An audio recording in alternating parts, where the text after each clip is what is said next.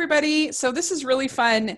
We are about to have a special podcast. We've done one like this before where it's called a pitch session, where we are going to, it's kind of a little bit of a game where we're going to we have 3 contestants, and they're each going to give a pitch for a movie that they would like to see. And then we're going to vote on those pitches and come up with 9 ideas total, but we'll have one eventual winner who has the best idea for Disney live action. And this could be any of the live action brands that we put it open to. So it could be Marvel, it could be Star Wars, it could be the live action other films. And I have 2 guests here to do this with me. I have Larry and Mark. And do you guys want to introduce yourself, starting with Larry? Well, hello. My name is Larry, and I am from the channel LC Screen Talk. And on my channel, I just mostly focus on doing a lot of movie reviews and releasing movie-related content, some like fun lip syncs and, of course, countdowns and things like that. So check it out. Yeah. Nice. And hello, everyone. My name is Ibrahim, aka Mark Brown, and I'm an animation and Disney lover, and I have 2 blogs that are devoted to both animation and Disney. And basically, that's my credentials for being on this show. Yeah, and he has an entire blog just for Disney live action. So there's he's got a bit of an edge here. So I'm going to start first with my pitch. And so my first pitch is something I've thought about for a long time that I think needs to happen. And we just had the success of Beauty and the Beast remake. Everybody loved the population loved it. It was a huge hit. Okay, and everybody has a fondness for those songs in particular from Beauty and the Beast and from Little Mermaid. And so I think it would be really cool if they made a live action film in the style of Saving Mr. Banks, which is a film I love, and did a film telling about the making of Beauty and the Beast, particularly from the perspective of Howard Ashman. Howard Ashman basically worked on Beauty and the Beast on his deathbed. They had the entire basically the entire production move up to upstate New York so that they were in like a Holiday Inn making this Disney movie so that he could be involved. And he was working till the last week of his life. He was working on Beauty and the Beast. And it's such a beloved property. And I think that the controversial part of this movie would be the fact that he died of AIDS. And that would be something that would be a big, bold step for Disney to take on a topic like that. But I was even talking to my mom, who is very picky about media, and she's Mormon. She's very strict about stuff, and she said that she would be willing to even watch a movie about this if it was handled in the right way. I think pretty much anybody would be willing to, as long as it's not like I guess the lifestyle or the thing that's thrown in people's faces or something, which Disney would never do.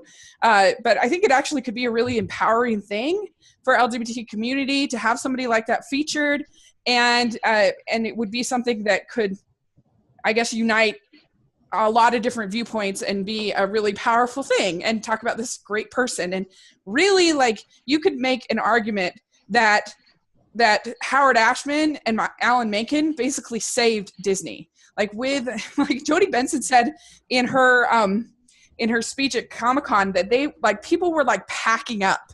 The studio was like practically shutting down when they were working on The Little Mermaid.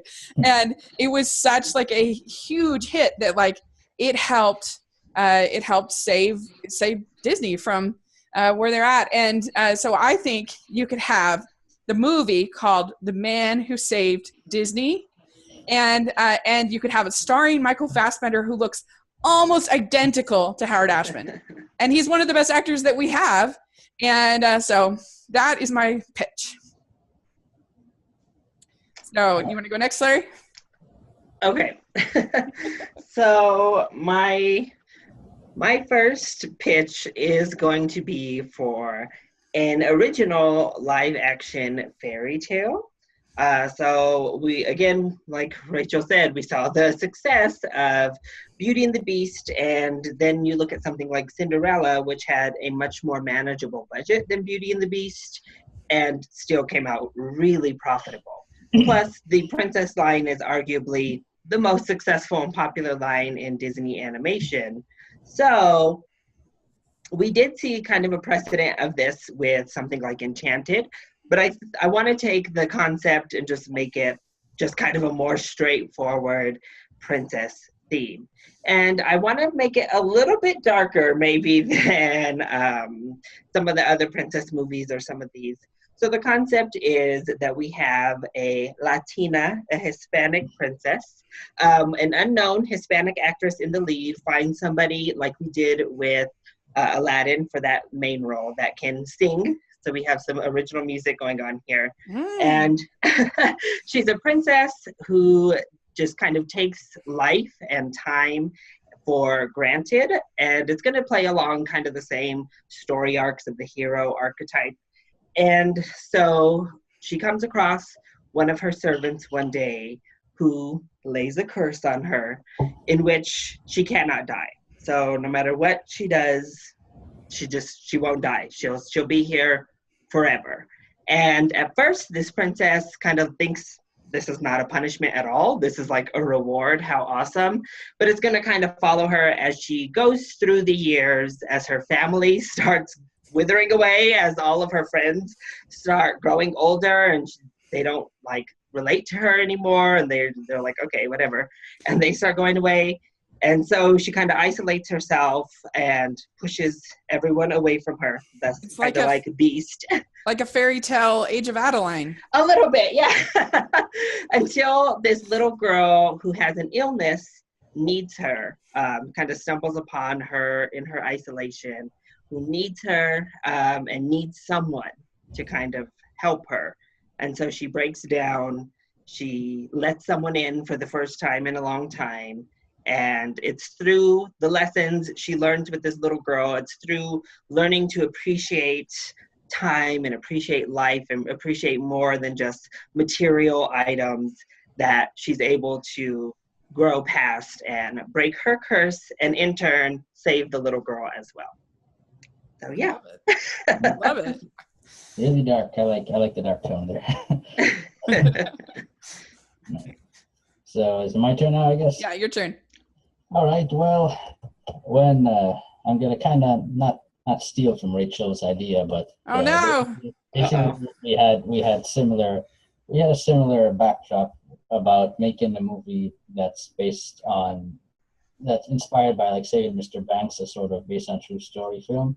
Except instead of about Howard Ashman and Beauty and the Beast, my idea was to make a film called Disney's Folly and be about how Disney made the first animated. That would be good.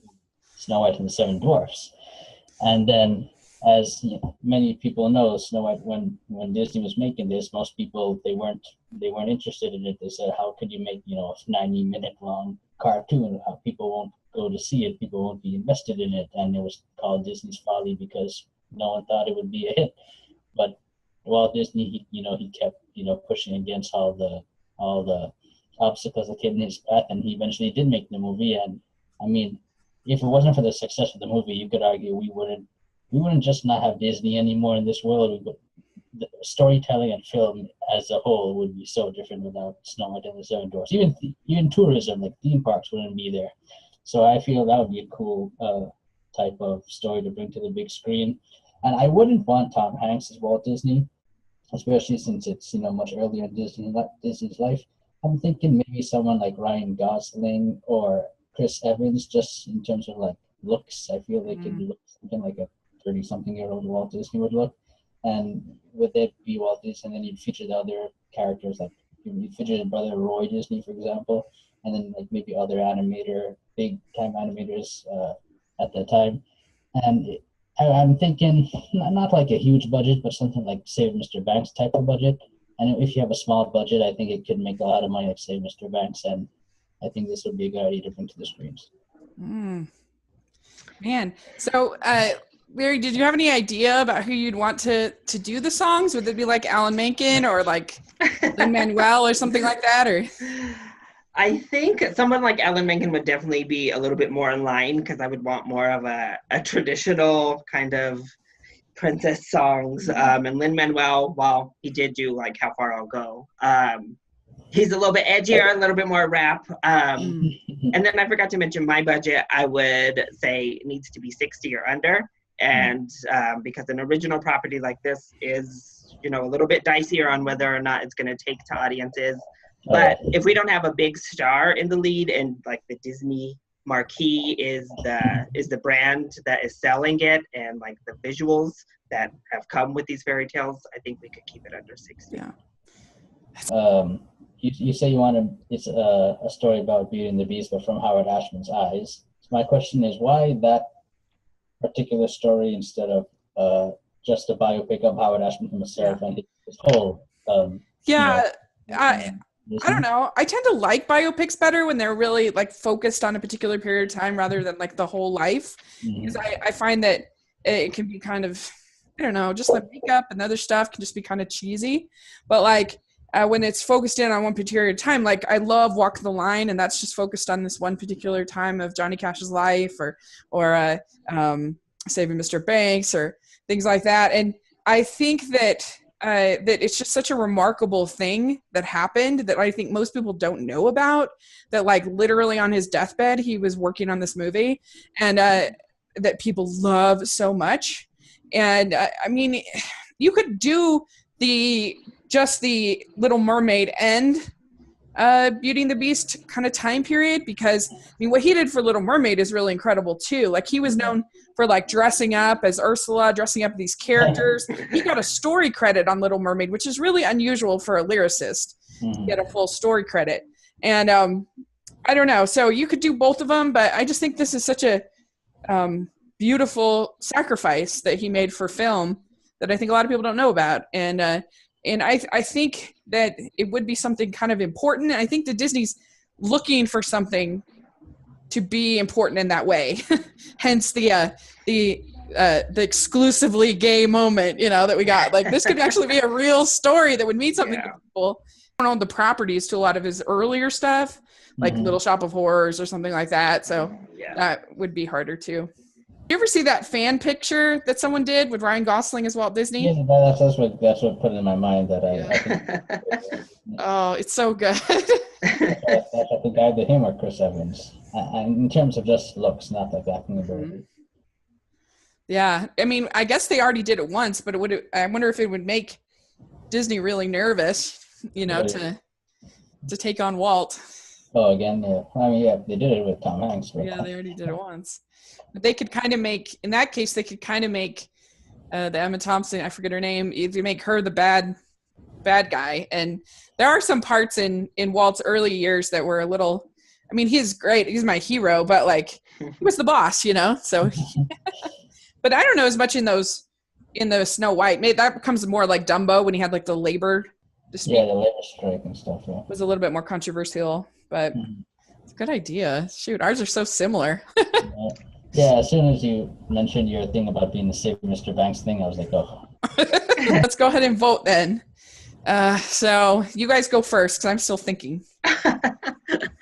So of course, Rachel got me a little bit with the whole kind of AIDS epidemic of the time and the whole LGBT kind of subplot that we can explore there. Plus, I love the original Beauty and the Beast so much, and I had no idea that he was dying writing that music. So I would just kind of love to see that. So I love both ideas, but mine is going to go for the Rachel's idea. I'm sorry, I forgot the title of the film. I was going to do The Man Who Saved Disney. The Man Who Saved Disney. There we go. Reminds me of the man who invented Christmas coming out. Yeah, I'm so excited about that. Okay, so I really do. I mean, I love an original musical. It's hard to not vote against that. So I think, as much as I would love to see a movie about Walt, I think I'm going to go with Larry's idea. Nice. My turn. I like both of your ideas, of course, but I guess for me, I'd prefer to see a movie. If I had to focus on one point of Howard Ashman's life in regarding Disney, I'd prefer to see a movie about him and his work on Little Mermaid because to me, I feel that was more something that saving Disney more so than Beauty and the Beast. But I really like the musical idea of Larry about the Spanish princess and that dark twist about everyone else is dying and she's still. I can see some cool songs coming out of that. So I'm gonna go with Larry's idea too. All right. Yay! Win-win. Larry, this is exciting. I was shocked. Next idea. The best kind of remakes to do are remakes of movies that were flawed but had a lot of potential, right? And so then you can kind of lean on some nostalgia that people have for the flawed film, but you can actually make it better. And so I have a suggestion for my second pick, a remake that you could do of Newsies, because Newsies is basically ready to go. There's nothing that you have to do. They already remade it for Broadway, and it won Tonys. And it, like, the stuff that's bad in the original Newsies is almost all the adult stuff. They are terrible. The adult act, it's probably Robert Duvall's worst performance outside of Four Christmases, and Anne Margaret is horrible, and all the adult stuff sucks. But like the teenage stuff, the Newsies stuff is really fun, and like the songs are very catchy. Alan Menken's songs, clearly they're still like, people still like them because it's a huge hit on Broadway, and it won all these Tonys. And so you really wouldn't have to do anything. You just have to film the Broadway show, basically. I mean, you wouldn't be filming a Broadway show, but you've got it all there laid out for you. And I think that we've seen it in like The Descendants, like the teens and High School Musical and other things. The teens love these musicals, and there's certainly a real environment right now for musicals with La La Land and The Greatest Showman's coming out and whatever. And there's always a market for Alan Menken's songs. And I just think it could be really charming. And I think that there's plenty of kind of charming young actors that you could even have. I think Ben Platt as sort of the leader of the Newsies, who is the one who just won a Tony for Dear Evan Hansen. He's really good, and he's a little bit old, but I think he has a young face. I think he could pull it off. And so I would totally go, because I have nostalgia for the original Newsies. I really enjoy it, even with its flaws, but I think you could make it even better. Okay, so when I heard you start talking about remakes, this was also kind of the round that I had my remakes slotted for. And I agree. I agree with a lot of what you said, and that's kind of what I feel about the film. I would like to see remade, but more along the lines of what Disney has been doing with turning animated films into live action films. And this will be a tough sell. I know. I'll just warn you right now. So this is one of the 90s animated properties, so it's not all that old. But when it comes to these live action films, the ones I've really connected to the most, they're kind of my top two, are the ones that I think really improved in some way on the original. So I think Pete's Dragon was a complete improvement, because I personally didn't really like the original Pete's Dragon. So I thought the new film was just a complete 180, way better. And then I also think The Jungle Book in many ways improved on the original, which I know is borderline blasphemy. But in particular, that ending I think is just so much better in this new film than it was in that animated film. Atlantis. Thank you for that little drum roll, because it helped me pause for a minute. So I think Atlantis has kind of a cultish following of Disney fans that really like it and find it to be highly underrated.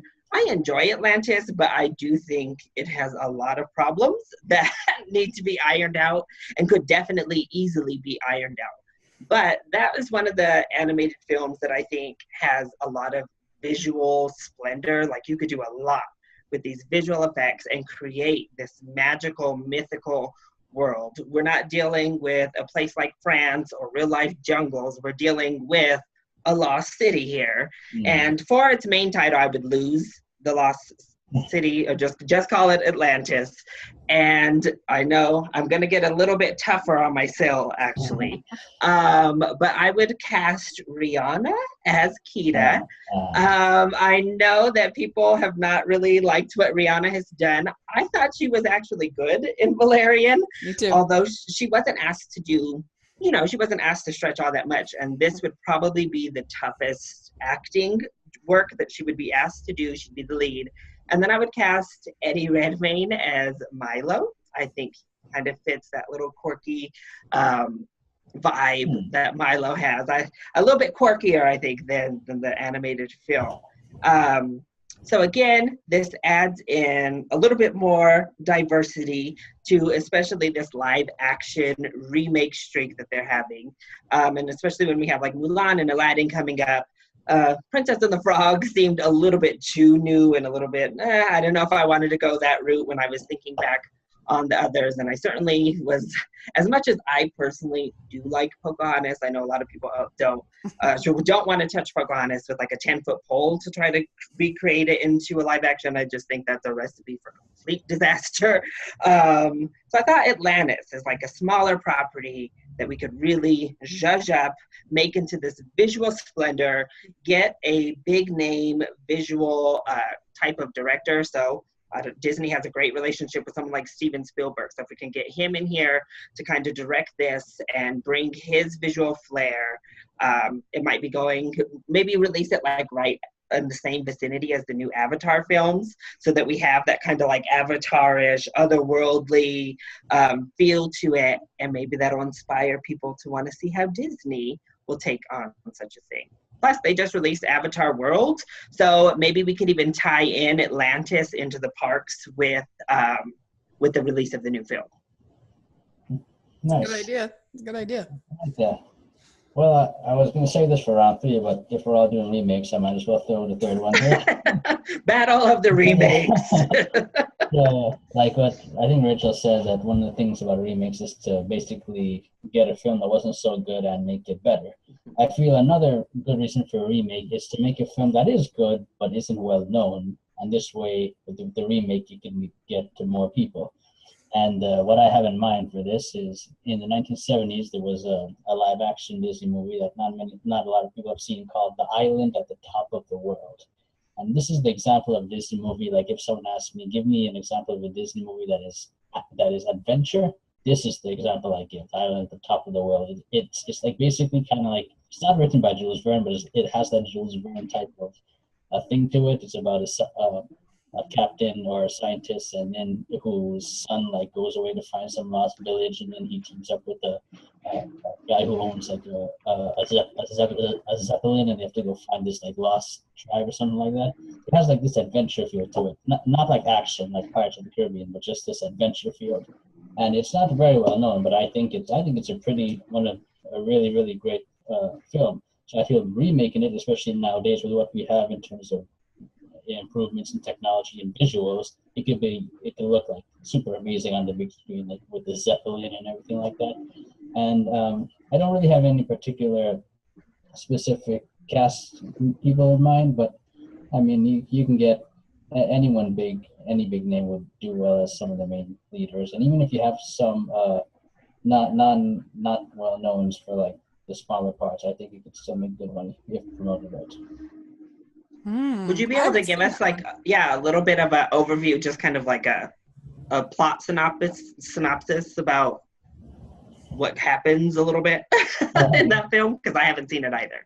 Okay. Well, I mean, basically in the film, it starts off with this like captain, or he's either captain or scientist, I can't remember, whose son goes missing. Like his adult son goes off in search of some lost tribe at the top of the world, hence the name, the island at the top of the world.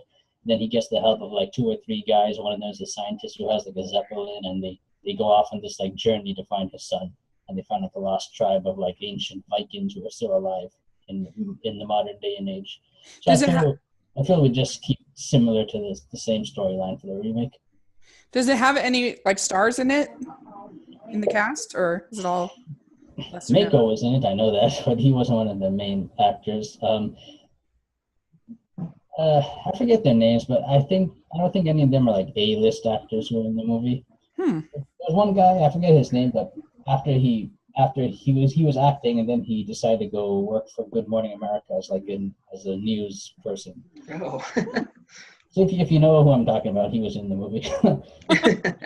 Interesting. Okay. Guy, Who's like, the lead character? Is it like a little girl, or like an older or boy, or an older person, or? it's an older man, like a father in his like 50s or 60s. Oh, okay. Like actually, the big Zeppelin in the movie was once, I think, an attraction that you could see at either Disneyland or Walt Disney World for some Would time. this be more for like teens or for kids, or for?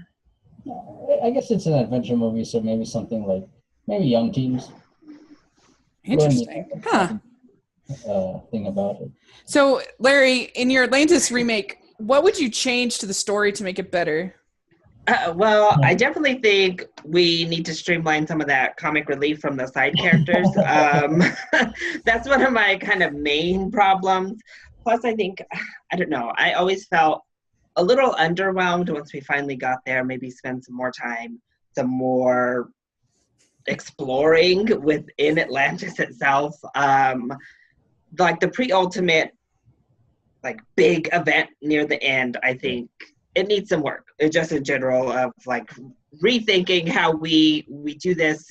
Yeah. So definitely side characters. We might be cutting some of those, or like I mean, the mole is a little bit much for me personally. Like it just he's needs to be not taken out because I think he has qualities that are needed in the film, but changed. Would you keep the villain the same? And Helga? No. No, we wouldn't keep the villain the same either. Larry, I forget. Did you say you want to remake it as a musical, or it's going to be the same like the? No, I think it's gonna be more just straight kind of remake without adding any new music into it. Okay, cool. Just a killer score. Yeah. James Newton Howard can come back. Reteam with good old Eddie Redmayne there. And Rachel, I was going to say something about yours, but I forget now what it was. Got Newsies? Yeah. Carrying the banner every day. Oh yeah, my thing was like, would you have like Christian Bale come in sort of a cameo role, or would he like take over the role that plays? Well, see, they eliminated basically they limited that Bill Pullman role from the Broadway musical. Like, I literally think you just need to take the Broadway musical and make it into a movie. It's so much better. They have all of the core songs, plus they add a few new songs. They do have pretty much the only adult in the movie is aside from Pulitzer, and Pulitzer's way reduced. They have a new character that is Pulitzer's daughter, who is the love interest for Jack, and they still have the Anne Margaret character, but she has a new song which is way better, and she's not in it as much. And yeah. So remind me, Jack is the guy Christian Bale played in the movie. Yeah. Right? So I wouldn't have any cameos. I wouldn't know. I wouldn't have any cameos. But I think you could use the Broadway cast. Yeah. Because they all still look like fairly young, I guess. And you could just have them bring. This movie could be so easy and so cheap, and I think people would really like it. I think you could make this movie for like $10 million. It could be. Oh my! I really think it could be cheap. It's all done. Everything's all done. So did they get I guess rid of the girl character from the original movie in the new Broadway play? Yeah, so she's different. She's not like like a poor daughter or whatever. No, she's the daughter of Pulitzer, and yeah, they just make they have a instead of it being the daughter of the poor family, they have him and then a little brother that's from that family, I guess. Right, and right. yeah, but all your favorite songs are back, and all the ones that aren't good are gone. That's just what I just think. Like, I just think this movie could be very cheap, and it would just be entertaining, and it would satisfy nostalgia. Everything's all about every day there's a new reboot that's announced. I mean, I hate to say it that you could have this on even on the Disney Channel because I don't really want that, but they're doing musicals for really cheap on the Disney Channel that look pretty good and are fun and people like them and they make them tons of money with the Descendants and other things like that. So yeah. Teen Beach Movie. Yeah, Teen Beach Movie, which is super fun. And yeah, so there's just an environment right now for musicals, which I love. Nice. So, all right. So Larry, what do you pick? So I'm kind of like, I'm torn between a business brain and what I personally would like to see more. And I think kind of personal is going to win out on this. And I'm going to go with Abraham's idea. It sounds like a really fun movie and one I haven't seen before. I do think Newsies has a lot of potential to make a lot of money, but just I don't know that I personally am all that enthusiastic. I haven't seen the play though, so just to be fair. But I'm going to go ahead. I'm going to vote for Abraham's idea. Woo!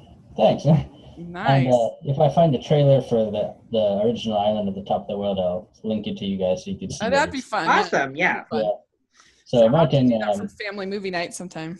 Yeah, I really recommend it. IMDb doesn't have a good rating of it, but I think it's better than what IMDb says. Right. Okay, so my turn. I like both ideas are cool. I also haven't seen the Newsies Broadway show, but if I wasn't that big a fan of the Newsies movie. So if you're telling me that the Broadway show has fixed a lot of the bad stuff from the movie, I'm willing to give that a shot, and I'll go with Rachel's idea and say. All right. Oh, so the first one. Yeah. So we could end up with a three-way tie. I didn't even think about doing a tie here. That's fine. Isn't it? Everyone gets 1 point, right? Or how this works. Yeah, we could do that. But let me think about it. I really do like the idea of remaking Atlantis because I actually really enjoy that movie because I like adventure movies, and I think it's super fun. I like it, but a lot of the stuff that's really pulpy and fun to me, other people don't like, and they think, oh, it's Mary Sue or whatever ridiculousness, and so. I think it's one that you could make better, and it's hard because I know so little about that other one, but that's also kind of intriguing. It's an adventure and pulpy, just like Atlantis too. Yeah, they do feel kind of similar. I guess just I'll go with the new idea. Why not? I'll go with it. Wow. But all right. Wow. So okay. So Mark has a point. Woo! Good. Abraham has a point. Okay. So this is our last one. Oh, you want my idea? What's that? Did you pick mine? Yeah, I picked yours. Oh, so you win. Okay. Okay. So this is my last one. So I have this book here on my display. This is my new background, by the way, which I'm very excited about. I was going to say, I'm noticing a theme. I see Newsies, I see Little Mermaid and Beauty and the Beast, and now here we go. Yes. So, okay, I literally just finished this book today, and I've been reading it. It's called Cinder, and it's so good. I do not like young adult books in general. I usually don't. I find them kind of depressing, actually. I wasn't a fan of Hunger Games. There's a lot of these things I don't really like. But this I really thought was great. And it's I've just read the first one, but what do they want more nowadays than a franchise? Hello. And you have this very popular book, New York Times bestseller. It's the whole series. There's 5 in the series. And basically it's about this girl who's a cyborg on this she lives in this alternate reality called New Beijing, and there's basically the moon has been sort of colonized, and there's this whole group of people called the lunar and anyway, but then it very, very subtly mixes in elements of Cinderella into this story of this girl that's the cyborg and this world building and I like she has this like leg that she kind of screws on and stuff and that's how they work in like the glass slipper elements. Very clever how they do it. And I just think like this would be a chance for Disney to have a franchise, to do some really cool like world building and some really creative stuff. And you could, and it just seems perfect because it involves these classic fairy tales. So it seems like a perfect fit for Disney. And, you know, it's hard because a lot of the young stars that I know are more like 20-ish age. I don't know a whole lot of the teenage stars, but I don't know. You could have almost anyone like I don't know, Dove Cameron or somebody like that, that you could have in the role. And it's a romance, of course, because it's based on Cinderella. But it also has like, it does have heart. It has relationships. They're actually like, she loses people. It's a very creative take on the Wicked Stepmother. I was just very impressed with it, and I found it very engaging. And we did it for my book club, and everyone like loved it. I think most people on BookTube really like it. It's just a really good, well-written, engaging book, and I think that it could make a really good live-action Disney film. Maybe shoot myself in the foot again by like a little precursor before I come through with my like final idea. But I'm gonna be the like SJW of this podcast with my like 3 different little stories here, and this kind of completes the trifecta. But I think it's the riskiest from both the social standpoint with Disney, as well as a financial standpoint with kind of the precursor films. So I'm going to do a take on Disney coming of age story, as well as a take on Boy and His Dog story, and have a gay youth, high school age or so, kind of coming into his own, stumbles upon in his pretty small, mostly white town, a kind of like mythical creature, not a dragon. So we're not doing total Peach Dragon. He's a little bit older as well. But some sort of mythical creature. If we wanted to be super on the nose about it, we could make it a unicorn. But I don't know about all that. So some sort of mythical creature that obviously humankind is like, we have to like experiment on it. We have to capture it. We have to confine it into spaces. And what is this? So clearly humans equal bad. No, not humans equal bad, but humans trying to capture this animal. And obviously this boy relates to the animal as feeling like this weird kind of out of place thing that has made its way into humankind. And they kind of have a growing experience together, a coming of age story and experience together. I think it can even expand out and relate to teen and that demographic of just feeling different and feeling like maybe you don't belong. And then again, this mythical creature helps him understand himself better. And in the end, obviously, they are able to find a way to let this creature live in its natural state out in the wild. I was thinking Tom Holland for the role. I know he's a little bit older than high school age, but clearly he pulled it off amazingly well in The Amazing Spider-Man. He's very youthful, very young. I think he's a very talented actor and would be able to bring a lot of nuance to the role. And yeah, so I think, again, this is another one. Most of the budget is going to come from creating this creature out of CGI and then probably Tom Holland's salary. And then getting somebody, I hadn't really thought completely about the director, but more someone who is good with more intimate stories, somebody who is able to tell more intimate and intricate coming of age stories. Yeah, so that is my final idea. I had 2 extra ideas. One was a original film, one was a sequel, so I'll go with the original film and end off with this. Basically, when Star Wars was having its whole debacle with losing directors and stuff, and people were trying to figure out which director should take on episode, was it 9, I think? And one of the things people were saying was Christopher Nolan should direct a Star Wars film. And I personally thought that would be a very interesting Star Wars film if Christopher Nolan directed it. But the idea planted something in my head. I think I would like to see Christopher Nolan direct a space-related film again, but this time a little bit more, I guess, family-oriented. So basically what I had in mind was a film based on the Space Mountain ride from Disney, directed by Christopher Nolan. In terms of the plot, basically what I don't have it fully fleshed out. What I assume is you send a group of astronauts into space, and somehow or the other they crash land on this uncharted planet that has mountains, hence the name Space Mountain. And they have to find a way to, get home, and while there they discover some sort of treasure or something.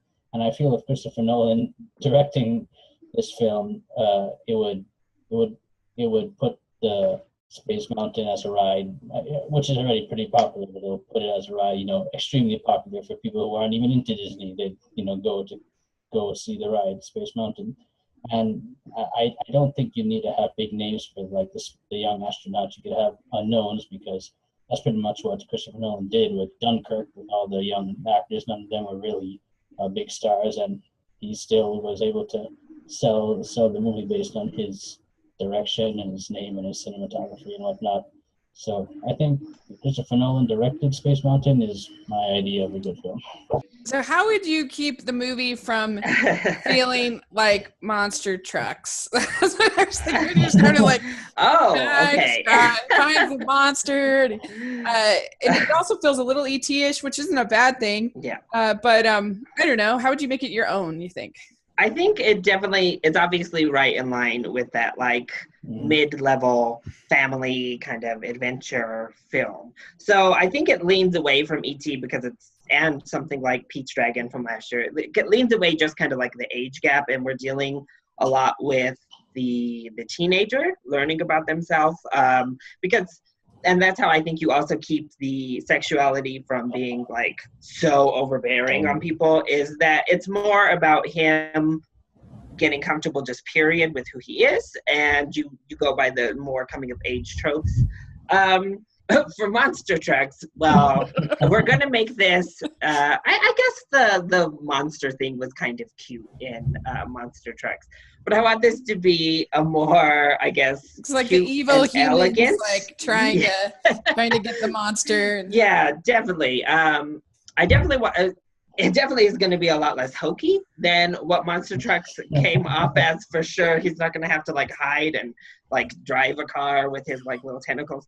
It's going to be more.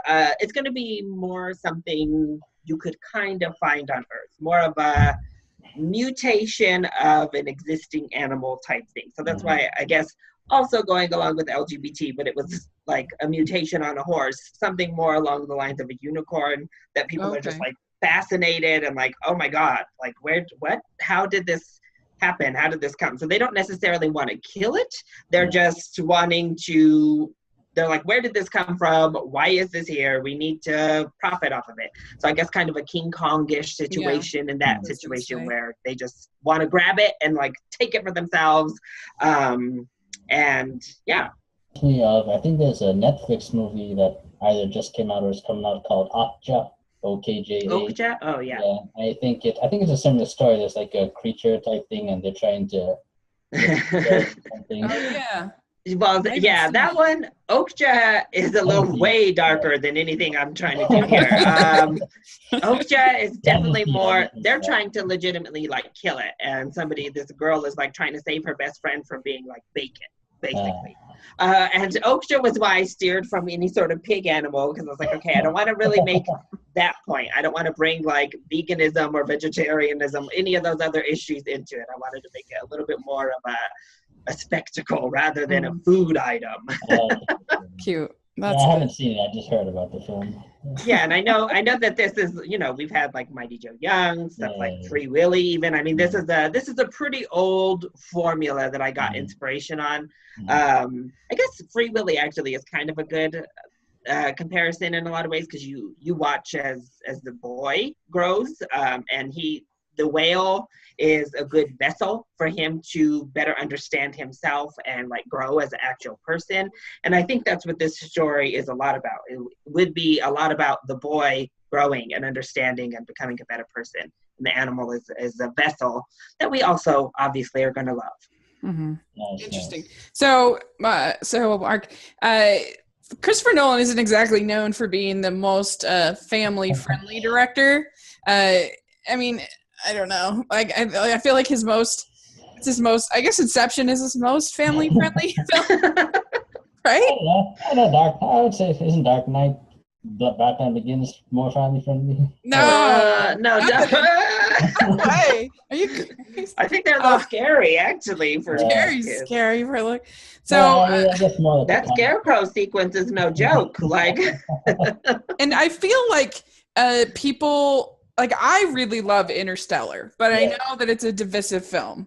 I don't like it. I don't like it either. I love it. All right, well, there we go. Yeah. So, like, I guess, I don't know, would it be a little bit of a tough sell in that regard because Interstellar is divisive if he's doing another space movie? Well, I feel this one would be easier to sell because the plot isn't so time and space continuum intricate as Interstellar was supposed to be, and it's just a more sending astronauts into space and they come across an uncharted planet sort of thing. And I would look at it more as Christopher Nolan taking on a challenge for himself to make a more family friendly film.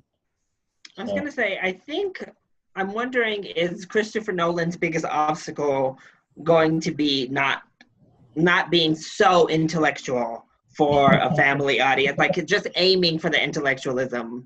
Because I guess it wasn't as prominent in Dunkirk, but it seems like that's often a goal. Pull off what like David Lowery did, for instance, like because David Lowery is obviously a very indie intellectual, whatever, like ghost story and stuff like that. But he was able to sort of put on his Disney cap pretty well. At least 2 out of 3 of us think that way with Pete's Dragon. And so, I don't know. So I also have a question. Excuse my ignorance. I thought Space Mountain was overtaken. I thought they gave it like a remodel with another property. With Star Wars, isn't it? Star Wars. I was like, I thought there was a news story about Space Mountain getting like a makeover so that it had another property in it. I did hear about Hyperspace Mountain, but I don't know if that's a permanent thing or if that was a seasonal thing. Oh, okay. Okay. Disneyland versus Disney World thing. Okay. I don't think we have it here in Orlando. I'm not sure. Don't quote me on that, but I'm not sure. So, yeah. Does anybody have any questions about mine? I forgot what was it again. Is the cyborg Cinderella? Yeah. Oh, I love that cyborg with the foot falling off. I find that hilarious. So wait, her name is Cinder. Does she have anything to do with like Cinder? So is she like a little housemaid girl, like a little slave girl? Okay. She totally is. All that she knows about her background is that she was like rescued by this man who then promptly then died pretty soon after, and like his wife and kids were like forced to take care of her, and she's so that's sort of the I guess the stepmother kind of angle. And the stepmother like sells her at a certain point to basically for like testing this plague, and they just hates her so much. And turns out she's like immune to this particular plague, and almost nobody is. And so then she starts to figure out like there's something special about her. And like I said, there's this whole like civilization that lives on the moon. And there's this, like I said, it's called the Lunar Chronicles. And 16-year-old Cinder, a gifted mechanic, is a cyborg. She's a second-class citizen with a mysterious past and is reviled by her stepmother. When her life becomes intertwined with the handsome Prince Kai, she suddenly finds herself at the center of an intergalactic struggle and a forbidden attraction. I mean, come on, guys. That's How many books are there? There's 5. So you could have 5 movies. You could have 6 if you made it into 2-parter. Oh gosh. So my Rachel, my question would be, since this is basically the Cinderella story, but I mean more futuristic and more in space, how would you sell it to people who might say, oh, we just had a Cinderella movie in 2015. Why is there another Cinderella movie coming out? Even though, yes, it's a different setting and everything, but well, in fairness, we get a Cinderella movie about every 3 to 5 years. That's why I was more open to Disney remaking Cinderella than I have been some of the others, because it's either Ever After or a Cinderella story, or I mean, there are so many versions of Cinderella out there, and so I think that. I guess you'd have to do a good enough job of kind of showing that it was something new and fresh with trailers and other things. And maybe with the casting, that might help a little bit too.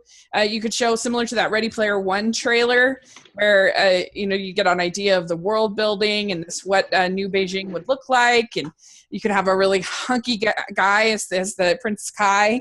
You get I really didn't think about directors, but if you had a Robert Zemeckis, maybe might be cool for something like this, because he can do world building very well. How has the book done, sales wise? Good. New York Times bestseller. Okay. New York Times. I don't know exactly the numbers, but it is very successful. Yeah. Okay. And it's Amazon Best Book of the Year, Publishers Weekly Best Book of the Year, Entertainment Weekly says in an interesting mashup of fairy tales and science fiction, the book is a cross between Cinderella, The Terminator, and Star Wars. All right. If you can vote against that, I don't know. I'm going to vote for Larry's idea. I just think that Christopher Nolan has already made a space movie, and I just don't see him working well with Disney and making it family friendly. So that's be my concern. So I think it sounds fun. I'm a sucker for those kind of movies, Boy and His Dog, those kind of fun movies. So I'm going to go for that. Plus, I think it could be cool if you had some representation that we've never seen for Disney. Could be cool. All right. So I think, personally, I think we all three maybe saved our most daring ideas for this final round. I'm having struggles. So I think there's a safety in both ideas, because I think they have a net of fans beneath them that if either one fails with, I guess, the general audiences, at least they both have some sort of net underneath. With Rachel's idea, I'm a little bit scared after seeing things like the Divergent series and all of those books that they tried to do, the other ones, the Mortal Instruments and all those. I'm hoping that that demographic is just not completely tapped out right now, but I mean, they're going to come back at some point. So I maybe this is the series to do it. I don't know. I also, conversely, for Mark's idea, I am also a little bit nervous with Christopher Nolan on a Disney property. I have to say, Rachel always posts my favorite GIF ever, and it's that little dog that says "Do not want" and is shaking his cute little head. That's my favorite. And when you said Christopher Nolan directing Episode 9, that was me. No, do not want. That's now. Granted, this is not Episode 9, and I think there's so much potential, obviously, with Christopher Nolan doing a Space Mountain movie. And I think, honestly, from just how it sounds, I would like it better than I liked Interstellar. So I'm so conflicted. Okay. Cinderella, Terminator, and Star Wars. So I have Christopher Nolan. Okay, so I guess this one, business-wise, I have to go with the Space Mountain film. I'm sorry, Rachel. From a little bit of that synopsis, I was having flashbacks of Mirror, Mirror with Julia Roberts for a minute. And I'm so scared. There's just been so many wacky adaptations of the fairy tales that I would have to see concept art. Nice. Thanks. Well, my turn now. I guess I'm not a fan of young adult based movies, but it's more so the young adult movies based on like dystopian stuff, Hunger Games, Divergent series, stuff like that. The Maze Runner, I think, is like the only series I actually like a little bit, but everything else I wasn't into. So I'm making a movie about the young adult book about this cyborg Cinderella. Since it doesn't seem like a dystopian sort of thing, I guess we're gonna have a three-way tie, and I'm gonna go with Rachel's idea for this. I think Yay. Yay. Found a tiebreakers. Very fun.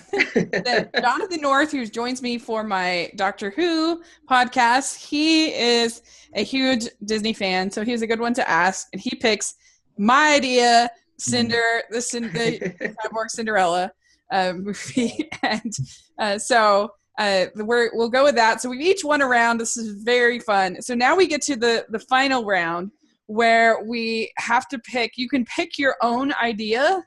Really your favorite idea. Okay, if you pick your own idea, make sure it's really a good idea, and then so we'll have a chance to do a quick reminder pitch of what it was. And so Larry won round 1, and then Mark won round 2, and then I won round 3. So real quick, just kind of remind everybody what your idea was. All right, so my idea is a brand new live action fairy tale musical with a Hispanic princess in the lead. And we're going to find us a wonderful unknown talent that can sing, because unfortunately there are not that many young Hispanic actresses that any of us could name off the top of our head, I'm sure. But she is all consuming. She doesn't really respect time. She doesn't really respect like life in general. So she is cursed by one of the staff in her castle, and the curse makes it so she cannot die. So nobody else can kill her. If she gets fed up with all this, she can't kill herself. And she is just destined to live. So while she initially throws parties and thinks it's the most awesome thing ever, and why is this even considered a curse? As time wears on, her family starts to fade away.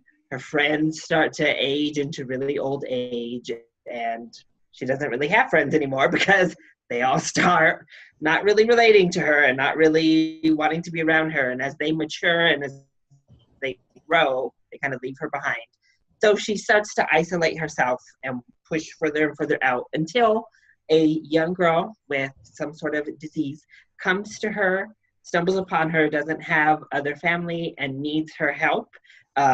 So she opens her door, she breaks her solidarity to bring this little girl in. And in turn, the little girl helps her learn to appreciate time and appreciate others and all of the non-superficial parts of life.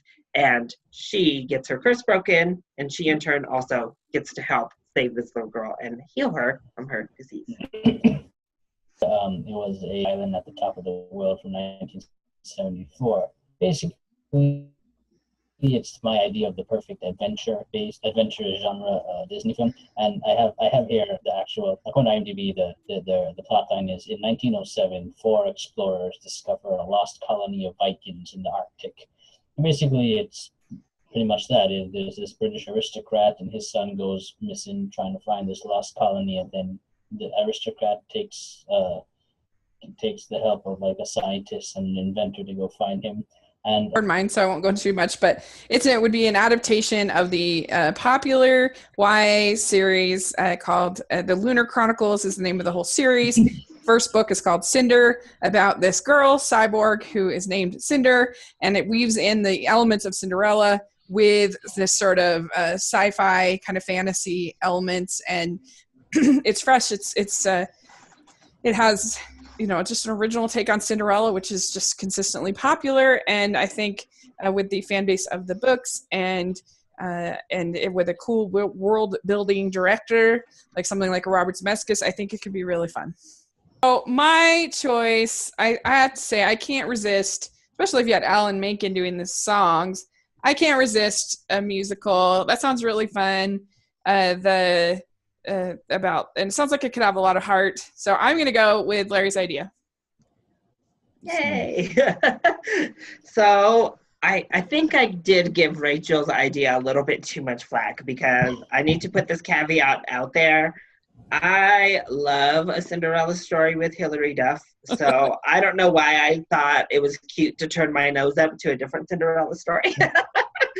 And that both sound really interesting. I also obviously really like my idea. But so I'm gonna say I would probably go with Mark's idea just because I want to know about this movie, and this adventure seems really fun to me. So yeah, that'll be my vote. Nice, thanks. So up to me now, I guess. This is hard to choose between these three. They're all pretty well pitched ideas, and I'm gonna follow Rachel's thing and go with Larry's idea.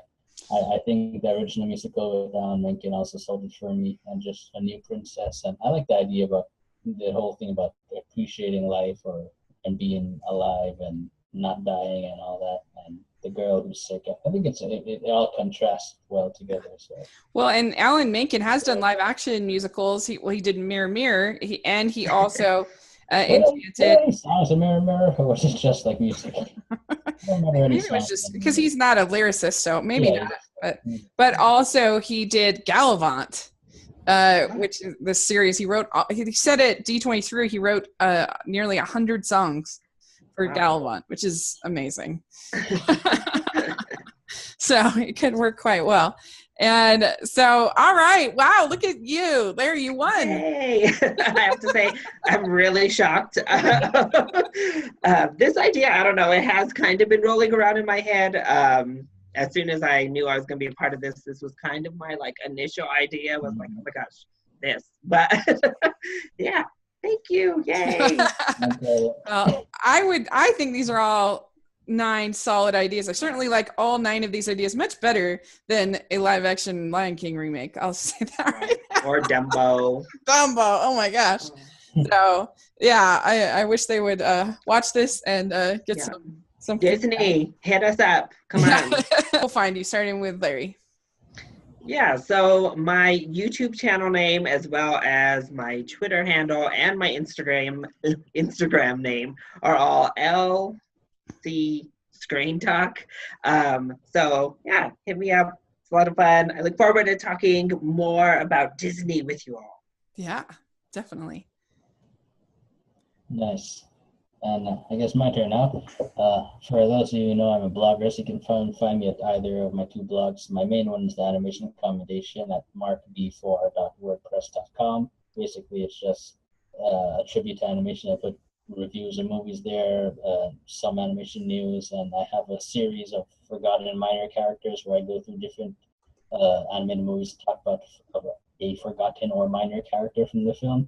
And my most popular, one of the popular things on the channel is I have a game show called Who Wants to Be a Millionaire Animation Edition, where I play with fellow bloggers and YouTubers, friends who are into animation. Rachel has been on the show a couple of times herself. So I have that on the channel. My other blog is My Live Action Disney Project, which is My Live Action Disney Project.wordpress.com. Basically, I'm intending to watch every single live action theatrically released Disney movie and review it. I try to be funny in it. I don't know if it works all the time, but that's my goal. And so you can check that out there. And on Twitter, you can find me at my handle is _ANIM_COMM, like the Animation Accommodation, just shortened. So _ANIM_com. Sweet. It's a great blog. You should definitely check that and check out Larry's channel. They're really good. So you can find me at Smiling LDS Girl on all social media, and my channel Rachel's Reviews on YouTube and on iTunes. And so yeah, and I'm not good like Larry where it's all streamlined. Because my blog is 54 Disney Reviews, so I'm kind of all over the place, but it's good content. I think you'll enjoy it if you subscribe. So that's me, and this is a lot of fun. If you guys have any ideas of other pitch session podcasts that we could do, just let us know in the comment section what you think would be fun and what you think of our ideas. We'd love to hear some feedback from you all in the comment section. So thanks so much, and we will talk to you all later.